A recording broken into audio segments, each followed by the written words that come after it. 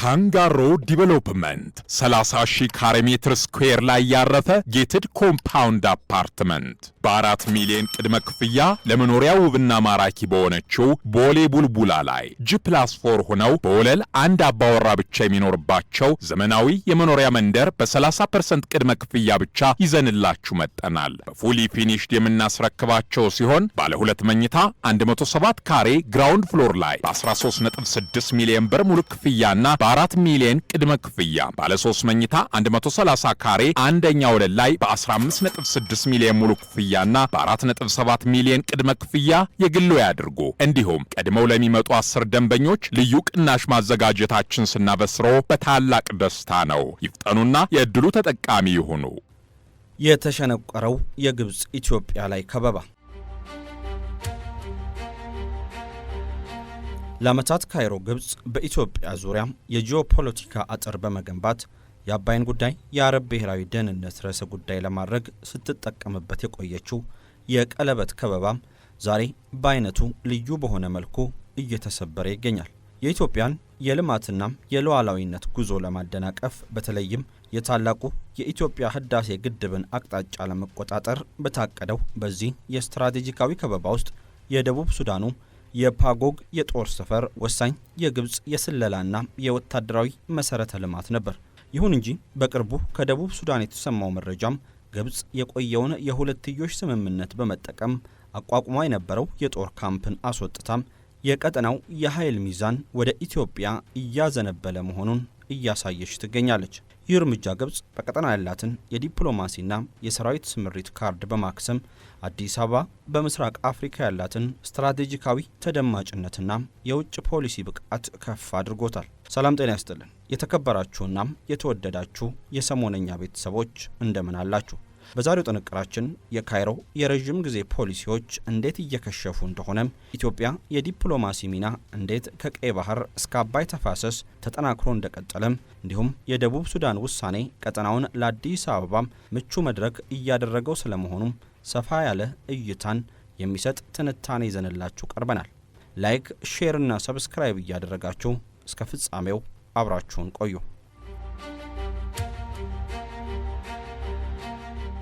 ፓጋግ ስልታዊ ክብደት ያገኘችው የደቡብ ሱዳን የነዳጅ ኢኮኖሚ፣ የኢትዮጵያ የምዕራባዊ ድንበር የደህንነት ስጋት፣ የሱዳን ጦርነትና የታላቁ ህዳሴ ግድብ ግንባታን ተከትሎ የመጣው የአባይ ተፋሰስ አዲስ ስርዓት በሚገኙበት ጠባብ የድንበር ቀጠና ውስጥ በመገኘቷ ነው። በመሆኑም በግንቦት 2026 በከፍተኛ የአባይ ግዛት በፓጋግ አቅራቢያ የነበረው የግብጽ ወታደራዊ እንቅስቃሴ መቋረጡን የሚጠቁሙ ዘገባዎች ከማንኛውም ተቋም ስፋት፣ ከተሰማራው የሰው ኃይል ቁጥር ወይም የደቡብ ሱዳን ባለስልጣናት ከተጠቀሙት ይፋዊ መግለጫ በላይ ትልቅ ትርጉም አለው። የክስተት ቀጠናዊው ስርዓት ይበልጥ እየተለወጠ መሆኑን ያሳያል። ኢትዮጵያን ለመክበብናም ለመጫን የሚዘረጋው የግብጽ ስትራቴጂ ጥገኝነቱ በእነዚህ አስተናጋጅ አገራት ላይ ሲሆን፣ የእነዚህ አገራት ስልታዊ ስሌት ደግሞ በተለዋዋጭ የኢኮኖሚ ጫናዎች፣ በደህንነት ስጋቶችና በጂኦፖለቲካዊ ውጥረቶች ላይ የተመሰረተ ነው። ደቡብ ሱዳን የግብጽን ወታደራዊ ኃይል ከሀገሯ ማባረሯ ካይሮ በምስራቅ አፍሪካና በናይል ተፋሰስ ላይ ዘርግታው የነበረው የጂኦፖለቲካዊ ከበባና ዲፕሎማሲያዊ የበላይነት በተግባር እየተሰበረ መሆኑን የሚያሳይ ታላቅ ታሪካዊ ክስተትም ነው። በተለይም በደቡብ ሱዳን የላይኛው ናይል ፓጋግ በተባለውና ከኢትዮጵያ ቤኒሻንጉል ጉሙዝ ክልል የታላቁ ህዳሴ ግድብ ከሚገኝበት ስፍራ አቅራቢያ ስትራቴጂካዊ በሆነ ቦታ ላይ ተሰማርቶ የነበረው የግብጽ ወታደራዊ የክትትልና የደህንነት ማዕከል በጁባ ውሳኔ እንዲዘጋ መደረጉም ካይሮ በአዲስ አበባ ላይ ስታካሄድ የቆየችውን ቀጥተኛና ቀጣይነት ያለው ወታደራዊ ጫናም አከርካሪውን ሰብሮታል። ይህ ክስተት ግብጽ በአፍሪካ ቀንድና በናይል ተፋሰስ ሀገራት ላይ የነበራትን የሃይድሮ ሄጂሞኒ አሊያም የውሃ የበላይነት ይበልጥ ያዳከመና ቀጠናዊ የኃይል ሚዛኑን ሙሉ በሙሉ ወደ ኢትዮጵያ ያዘነበለ መሆኑን ያሳየም ነው። የፓጋግ ወታደራዊ ማዕከል መዘጋትና የካይሮ ስትራቴጂካዊ ኪሳራ። ግብጽ ከደቡብ ሱዳን መንግስት ጋር በነበራት የቅርብ ግንኙነትና የብድር ስምምነቶች በተለይም በካይሮ በሚመራው አፍሬክሲም ባንክ በኩል በተሰጡ ብድሮች በመጠቀም ከ2019 ጀምሮ በቦር፣ በፒቦር፣ በፖቻልና በማላካል የአየር ማረፊያዎች ላይ ወታደራዊ የመንቀሳቀስ መብትን አግኝታ ነበር። የዚህ ሁሉ ስምምነት ዋና ማሳያ ደግሞ በፓጋግ የተቋቋመውና ቴክኒሻኖችን፣ የደህንነት ሰላዮችንና የሎጂስቲክስ ባለሙያዎችን ጨምሮ ወደ 260 የሚጠጉ የግብጽ ወታደራዊ አባላት የነበሩት የክትትል ጣቢያ ነው። የዚህ ማዕከል ዋና ዓላማ የኢትዮጵያን ታላቁ የህዳሴ ግድብ ግንባታና የጸጥታ ሁኔታ በቅርብ ርቀት መከታተል እንዲሁም አስፈላጊ ሆኖ ሲገኝ ወታደራዊ ጥቃት ለመሰንዘር እንደ መነሻ ሰሌዳ መጠቀም ነበር። ሆኖም የደቡብ ሱዳን መንግስት ይህንን ማዕከል እንዲዘጋና የግብጽ ጦር አባላት ሀገሪቱን ለቀው እንዲወጡ መወሰኑም ግብጽ በህዳሴ ግድብ ላይ ያላትን የመደራደሪያና የማስፈራሪያ ካርዶች ሙሉ ለሙሉ እንድታጣ አድርጓታል።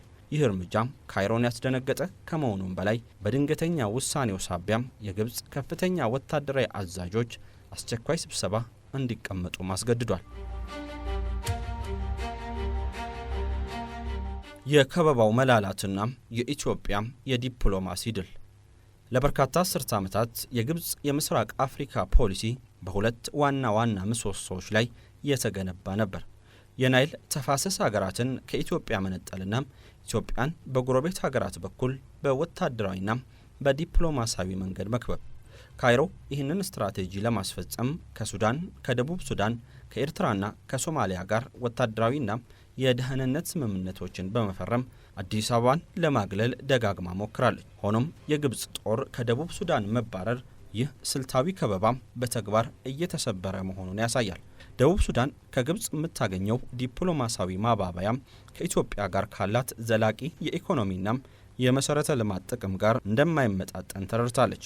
በተለይም በሱዳን የእርስ በርስ ጦርነት ምክንያት የተስተጓጎለባትን የነዳጅ ንግድ ለመተካትና የኢኮኖሚ ዋስትናን ለማግኘት ከኢትዮጵያ ጋር የመሰረተ ልማትና የኃይል ትስስር መፍጠር አማራጭ የሌለው ጉዳይ ሆኖ አግኝተዋለች። ጁባ የግብጽ ጦር በግዛቷ ላይ መቆየቱም ከኢትዮጵያ ጋር ወደ ማይፈለግ ቀውስ ውስጥ እንዲያገባትና የናይል ተፋሰስ የጂኦፖለቲካ ፍጥጫ መናኸሪያ እንድትሆን እንደሚያደርጋት በመገንዘብ ራሷን ከተንኮል ሴራዎች አውጥታለች። ኢትዮጵያ በናይል ወንዝ ላይ የምትከተለው ፍትሐዊና ምክንያታዊ የውሃ አጠቃቀም መርህ በተፋሰሱ ሀገራት ዘንድ ተቀባይነት እያገኘ መጥቷል። ግብጽ የታችኞቹ ሀገራት ታሪካዊ መብት ብቻ መከበር አለበት በማለት የምታቀርበው አቋም በተፋሰሱ ሀገራት ዘንድ ብቻዋን እያስቀራትም ይገኛል።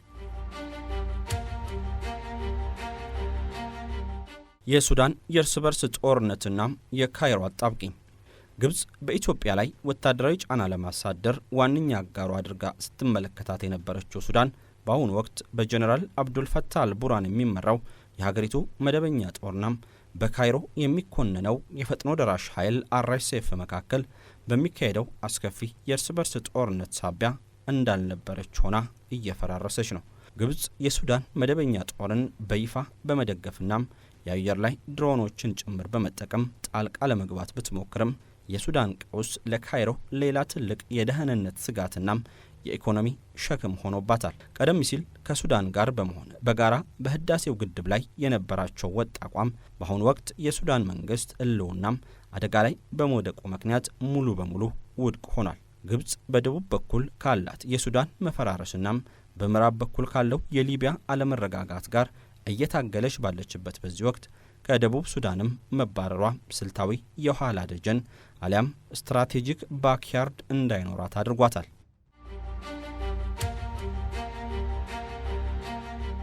የአፍሪካ ቀንድ አዲሱ የፖለቲካ አሰላለፍ ምንም እንኳን ግብጽ በደቡብ ሱዳን ያጣችውን ስልታዊ ቦታ ለመተካት በአሁኑ ወቅት ከሶማሊያ ጋር ወታደራዊ ስምምነቶችን በመፈረምና በአዲሱ የአፍሪካ ህብረት የሶማሊያ ሽግግር ተልዕኮ አውሶም ውስጥ ወታደሮች ለማሰማራት ብትሞክርም ይህ እርምጃ በራሱ ስኬታማ የመሆኑ ነገር አጠራጣሪ ነው። ኢትዮጵያ ከሶማሊያና ከሶማሌላንድ ጋር ያላት ጥልቅ ታሪካዊ፣ ባህላዊና የጂኦግራፊያዊ ትስስር እንዲሁም የጸጥታ አካባቢ የበላይነት ግብጽ ከሺዎች ኪሎ ሜትሮች ርቃ መታ የምታደርገውን የፖለቲካ ቁማር በቀላሉ እንድታሸንፍ አይፈቅድላትም። በተጨማሪም የናይል ተፋሰስ ሀገራት ዩጋንዳ፣ ሩዋንዳ፣ ታንዛኒያና ደቡብ ሱዳን የኢትዮጵያን የልማት መብት የሚደግፉና ከግብፅ ይልቅ ከአዲስ አበባ ጋር ጠንካራ የኢኮኖሚ ትስስር መፍጠር የሚመርጡ በመሆናቸው የካይሮ የከበባ ዲፕሎማሲ ወደብ ራስን ማግለል አደጋ እንዲቀየር አድርጎታል።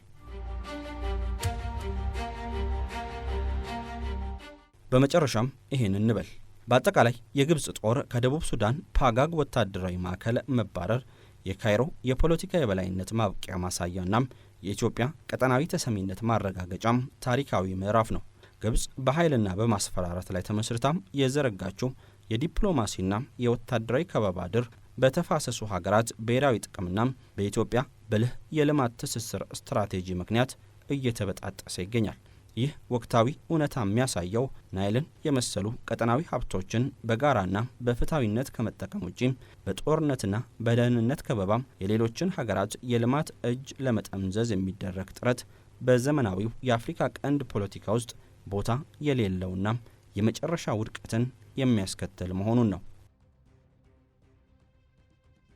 ካንጋሮ ዲቨሎፕመንት 30,000 ካሬ ሜትር ስኩዌር ላይ ያረፈ ጌትድ ኮምፓውንድ አፓርትመንት በ4 ሚሊዮን ቅድመ ክፍያ ለመኖሪያ ውብና ማራኪ በሆነችው ቦሌ ቡልቡላ ላይ G+4 ሆነው በወለል አንድ አባወራ ብቻ የሚኖርባቸው ዘመናዊ የመኖሪያ መንደር በ30% ቅድመ ክፍያ ብቻ ይዘንላችሁ መጠናል። በፉሊ ፊኒሽድ የምናስረክባቸው ሲሆን ባለ 2 መኝታ 107 ካሬ ግራውንድ ፍሎር ላይ በ13.6 ሚሊዮን ብር ሙሉ ክፍያና በ4 ሚሊዮን ቅድመ ክፍያ ባለ 3 መኝታ 130 ካሬ አንደኛ ወለል ላይ በ15.6 ሚሊዮን ሙሉ ክፍያና በ4.7 ሚሊዮን ቅድመ ክፍያ የግሎ ያድርጉ። እንዲሁም ቀድመው ለሚመጡ 10 ደንበኞች ልዩ ቅናሽ ማዘጋጀታችን ስናበስሮ በታላቅ ደስታ ነው። ይፍጠኑና የዕድሉ ተጠቃሚ ይሁኑ።